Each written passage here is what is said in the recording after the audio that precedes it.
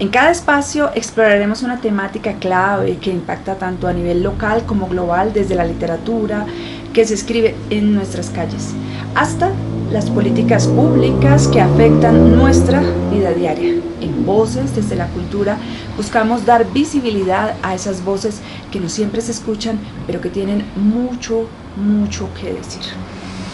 Hoy abordaremos el tema profundo y relevante como lo es el sistema político colombiano.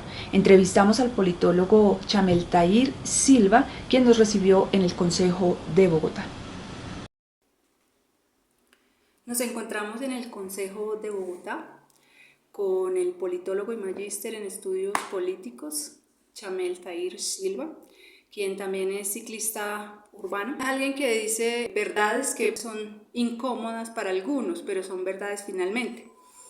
En ese sentido, la preocupación real es servir a la gente en un país, como lo anuncia la revista Hecatombe, donde quepamos todos. Y entendiendo que el sistema político se basa en un pacto entre las élites transnacionales y nacionales, de acuerdo a ese debate encendido del año pasado sobre la reforma política, que sigue luego de toda esta situación que se presenta con los clanes de las familias conocidas en la política nacional. ¿Qué sigue? Pues a ver, yo creo que es importante explicar que este país se ha construido como Estado desde las élites, así como su merced lo mencionaba, pero no solo desde las élites, sino también a partir de las luchas de la gente. Y eso pues ha permitido que haya espacios de democracia y de derechos, algunos más amplios que otros. Pero siempre eso está en tensión y siempre está en conflicto. Digamos que cuando uno dice que se ha construido desde las élites, es que las instituciones funcionan para los privilegios de esas élites.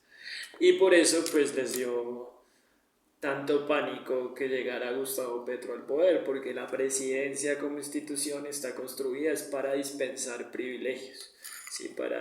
La institución de la presidencia funciona para repartir los privilegios del Estado, ¿sí? ¿Qué es lo que sigue con los clanes regionales? Pues a ver, si uno ve lo que pasó con las elecciones del 2023, pues se da cuenta que algo que también ha repetido este gobierno muchísimas veces, y es que estar en el gobierno no es tener el poder. Y a propósito de la reforma política que es necesaria, a mí sí me parece importante entender, y yo lo he repetido en muchos espacios, que es necesario que como ciudadanos y ciudadanas como que asumamos nuestra mayoría de edad, como que no es suficiente con que hayamos elegido un presidente decente, sino que es necesario que sigamos participando activamente en política, pero que busquemos que cada vez más gente participe activamente en política y en los procesos democráticos. ¿Por qué? Porque pues cuando uno ve los resultados se da cuenta que a pesar de que el proyecto del pacto histórico ha venido como creciendo con todas sus dificultades, pues la forma como se han construido las instituciones a nivel departamental, a nivel local, hace muy difícil que por ahora esas instituciones estén, digamos, dirigidas por personas que representen a los sectores populares y que permitan que esas instituciones empiecen a cambiar. Entonces yo le pongo un ejemplo. Acá en Bogotá, la organización que tiene la mayor cantidad de ediles de Bogotá es el Pacto Histórico, ¿sí? En teoría eso implica que son los que más votos tenemos. Si uno se pone a sumar los votos del pacto histórico frente a las otras bancadas acá en el Consejo, pues el pacto es la coalición con más votos. Pero a pesar de eso, pues el número de concejales pues es igual a el de otros partidos por las reglas electorales, por cómo se construyó la institución. Y en el espacio local pues es igual, a pesar de que en términos globales en número de ediles tenemos más ediles que otras organizaciones políticas, pues nuestra capacidad de influir en las instituciones locales pues es mínima. Entonces, ¿qué es lo que yo creo que se viene a nivel local? Pues que es necesario que se active cada vez más gente. que no siga creyendo, no siga repitiendo que pues esto, lo que pasó en estos últimos años es todo desilusión, porque no es así y que es necesario seguir entendiendo y seguir repitiendo que este es un proyecto a mediano y largo plazo, que va a tener sus ires y venires, que va a tener sus problemas como ya los ha tenido, pero que cambiar este país no se hace de un día para otro, que toca es eso que estoy diciendo, que cada vez más gente se involucre, que cada vez más gente entienda qué es lo que hay que hacer, qué es lo que falta por hacer, qué es lo que se hizo bien, qué es lo que se hizo mal, y pues seguir avanzando y ampliando como la influencia, creo yo. Recordamos la polémica del 2016 sobre la eliminación de la imagen de Ernesto Guevara en la Plaza Che de la Universidad Nacional de Colombia, cuando se reflejó una disputa sobre cómo se recuerdan y representan los símbolos de la lucha política en un país que busca avanzar hacia la paz, pero que aún enfrenta las cicatrices de su pasado violento. Silva defendió que esta imagen debe permanecer como un recordatorio de la lucha por la justicia social y de la importancia de la Universidad Nacional como espacio de conciencia crítica en uno de sus artículos titulado y publicado en la revista Hecatombe. ¿Por qué tanto escándalo por la imagen de Ernesto Guevara en la Plaza Che? Sí. Pero el del Che me acuerdo, porque ese debate se revivía cada tanto. Y de hecho lo escribí hace mucho rato, yo creo que podría actualizarlo, ¿sí? Porque a mí me parece que los símbolos son importantes. Sí, son importantes y son claves porque la política no es un ejercicio técnico exclusivamente, sino que es un ejercicio sentimental también, es un ejercicio que le ayuda a uno, a todos, a construir identidad, porque como seres humanos necesitamos, como seres humanos, identidad colectiva, o sea, nosotros nos entendemos a partir de los otros y de las comunidades que formamos, y los símbolos ayudan a estructurar eso. Y los símbolos políticos son claves porque pues ayudan como a enriquecer narrativas, ideas. Y sobre el Che, pues yo, digamos, pues soy totalmente subjetivo, ¿sí? O sea, cualquiera podría decir también todas las críticas que se le pueden hacer como figura política, ¿cierto? Pero pues ninguna figura política, absolutamente ninguna, es pulcra, limpia y sin ninguna clase de error. Entonces, mi película favorita es precisamente la de Diarios de Motocicleta y me la he visto 800.000 veces, ¿sí?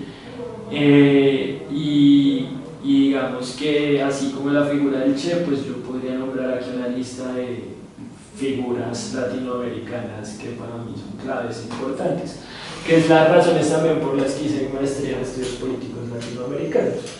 Pero yo creo que como terminó pasando, que es lo que pasa ahorita en la Plaza de la Nacional, fue importante que como que las nuevas generaciones de estudiantes como que llenaran la plaza también de otras figuras, que hayan figuras también femeninas, que hayan figuras también más colombianas, ¿sí? Y eso es muy importante, como que no se pierdan esos referentes, porque hay que construir una narrativa más popular desde acá, ¿sí? Entonces, tal vez para gente de izquierda de hace unos 20, 30 años, pues la única referencia era la Revolución Cubana, ¿sí? Pero evidentemente hoy hay muchas más, ¿sí? Hay muchas más y hay muchas figuras más de nuestra propia historia que también se han vuelto referencia política importante. Entonces, ¿yo qué puedo decir de eso que escribí en ese momento? Que me parece muy chévere como lo que ha pasado a partir de ahí, ¿sí? Como que, y muy probablemente mañana volverán a revivir la conversación de que hay que borrar el Che, que no sé qué, y pues al final, más allá de la figura en la pared, lo que importa es como lo que ese símbolo representa, ¿sí? Y como también usamos lo que pasó en el momento en que fue liderazgo político, pues para no cometer errores que probablemente se cometieron en ese momento, ¿sí? O hacer las cosas un poquito mejor. ¿Cómo está alguien que quería borrar a Trotsky de...? Por ejemplo, sí, como Stalin que borró a Trotsky de todo lado. Pero sí. no pudo Claro, sí, entonces al final las ideas fueron más fuertes, ¿sí? Y con todo lo paila que fue Stalin, pues yo también podría reivindicar cosas de Stalin, ¿sí? Como que al final, sin ese liderazgo de Stalin, la Unión Soviética no se hubiera convertido en la potencia industrial que se convirtió, ni hubiera sido capaz de hacerle frente a todo lo que fue la invasión alemana, ¿sí? Pero digamos que ahí nos podemos quedar hablando 2 días. Bueno, hay otra publicación que fue evaluada y publicada por el Grupo de Estudios sobre Colombia y América Latina. Es una iniciativa académica que promueve el cambio y la reflexión sobre temas de Colombia y América Latina, con especial atención en la paz de Colombia y el proceso de paz con las FARC, y que titularon en compañía de Daniela María Rodríguez Rojas de la Universidad Externada de Colombia, Política de Desarrollo Agrario Integral con enfoque territorial en la mesa de conversaciones que se dieron las FARC-EP. Y frente a eso, pues ustedes expusieron el análisis de esos acuerdos alcanzados, bueno, y en este momento, ¿en qué se dieron? Daniela era mi novia en ese momento. Entonces, escribimos eso en el momento en que se logró el acuerdo en ese punto. Entonces, eso fue como un año de conversaciones y fue como que en ese momento era como, bueno, si lograron desbloquear el primer acuerdo en ese punto, que era como el almendrón que sigue siendo el almendrón del conflicto, pues entonces todo lo demás ya es más posible. Y las FARC como delegación difundía como sus propuestas en PDF y hacía como ruedas de prensa, como le decía al país en ese momento. Yo creo que es importante contar esto porque ya los diálogos de La Habana ya son historia. Entonces, pero en ese momento las FARC siempre presentaban las propuestas en ruedas de prensa y las difundía por internet. Entonces nosotros teníamos las propuestas de las FARC y teníamos lo que finalmente se acordó.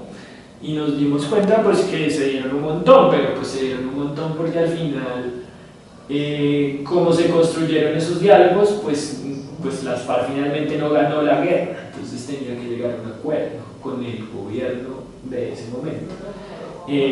Tal vez si hubieran ganado, pues entonces hubieran puesto en práctica la propuesta tal cual como la tenían, que es la propuesta histórica de reforma agraria de las FARC, ¿sí? Que es una propuesta en términos actuales pues radical, ¿cierto? De distribución equitativa y absoluta de la tierra cultivable, como para resumirla, porque como ellos la presentaban eran 100 puntos de políticas.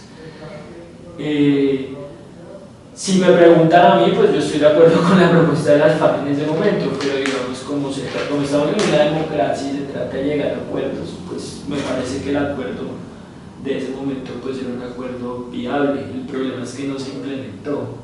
Entonces llevamos por lo menos 5 años de retraso en la implementación de ese acuerdo. De las cosas que uno puede decir y sacar pecho de este gobierno es que ha acelerado ese proceso, y en estos 2 años se han regularizado por lo menos 500.000 hectáreas de tierra, ¿sí?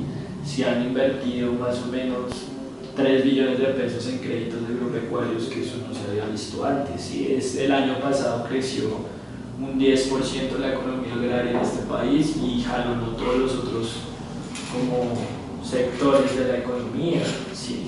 Hay cosas que han pasado en estos 2 años que han pasado también porque se decidió implementar el acuerdo, no solo el acuerdo de La Habana, sino como su versión ampliada, que es como la Constitución del 91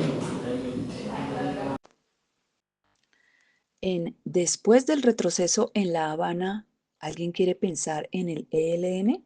Chamel ofreció una mirada crítica sobre la renegociación del acuerdo de paz con las FARC y alertó sobre el peligro de que el Ejército de Liberación Nacional ELN fuese relegado a la figura de enemigo interno dentro del panorama político colombiano. A continuación, nos comenta qué haría al actualizar. Digamos que si yo actualizaría ese artículo, tengo que decir como varias cosas. La primera es como que yo hoy sé que último año de negociaciones hubo varios esfuerzos porque el ELN se incorporara a esa mesa de diálogos. Si se incorporara directamente a esa mesa de diálogos, hubo reuniones del Comando Central del ELN con el secretario de las FARC en Cuba, de hecho propiciadas por el gobierno de Juan Manuel Santos para buscar que el ELN como organización guerrillera se incorporara a esos diálogos. Pero por la misma historia del ELN, por la misma forma como está organizado, por también el momento del país, por lo que había pasado en otros procesos de paz, el ELN define que no se incorpora a los diálogos. Además ya estaban en su parte final, o sea, como que el ELN no sentía que ahí podía haber como mayor influencia, y también por la misma historia que han tenido en este país el ELN y las FARC, ¿sí? Por ejemplo, en Arauca, años atrás, tuvieron una guerra muy complicada en donde hubo un montón de desplazados de la sociedad civil, sí hubo muchos muertos, y pues eso genera un montón de roces, imposibilidades de acuerdo.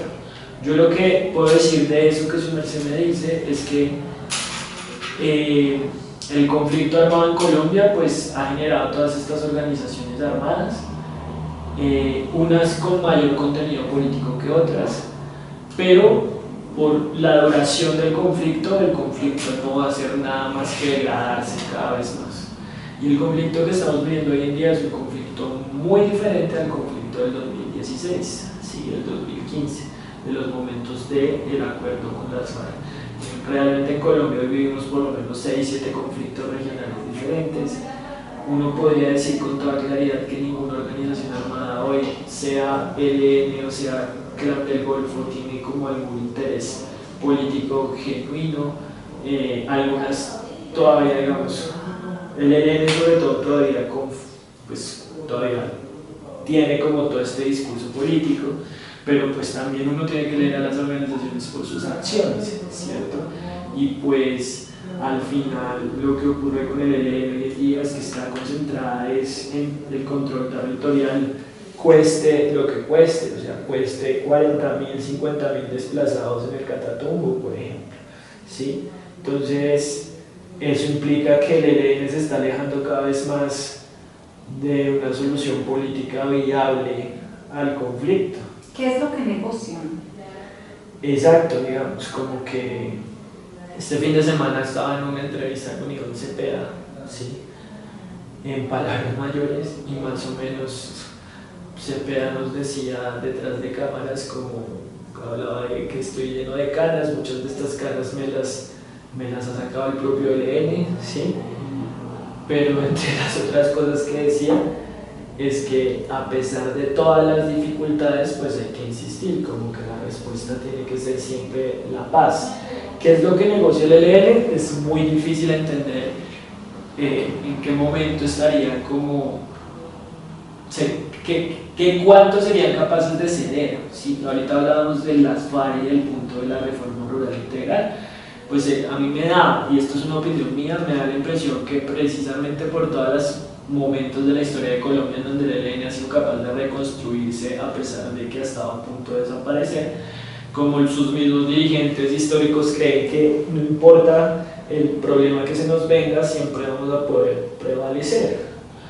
O la otra lectura es que son simple y llanamente una organización criminal y pues lo del discurso político es solo una fachada, ¿sí? Para generar como alguna clase de privilegios frente al Estado. No sé, nos falta todavía entender más el problema, ¿sí?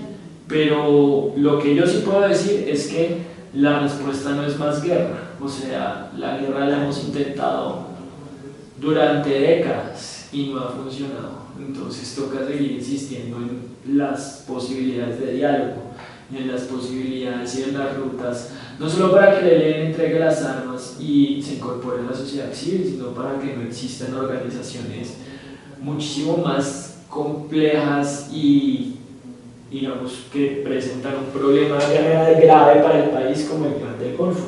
En esa entrevista que les digo, insistimos en que no estamos hablando lo suficiente del Clan del Golfo en este país, que es una organización paramilitar que controla prácticamente todo el norte del país, ¿sí? Y lo controla en términos económicos, en términos sociales, en términos políticos.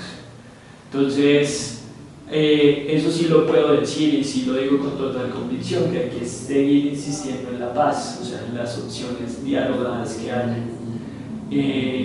Y a pesar de todos los problemas, a pesar de esto tan horrible que ha ocurrido en las últimas 2 semanas en la región del Catatumbo, estos son los diálogos que más han avanzado con el ELN en la historia de los diálogos de paz. ¿Sí? Entonces, hay que seguir insistiendo a pesar de todas estas complicaciones. Recuerden, en Voces desde la Cultura esperamos su participación activa, sus comentarios en nuestras redes sociales, ya que contamos con el apoyo también de Revista Occidente 21 y en compañía de estudiantes del Colegio Van Leeuwenhoek de Suba tendremos también un apoyo en vivo y en directo más adelante. Nos despedimos con Foucault. Recordemos, la cultura no es lo que entendemos, sino lo que decidimos por un futuro más justo. Cabe preguntarnos al final de esta entrevista, ¿de dónde viene el poder y a dónde va? ¿Cómo ocurre eso? También, ¿cómo se desarrollan las diferentes relaciones que ejercen el poder en nuestra sociedad? Hasta luego. Nos vemos en nuestras redes sociales.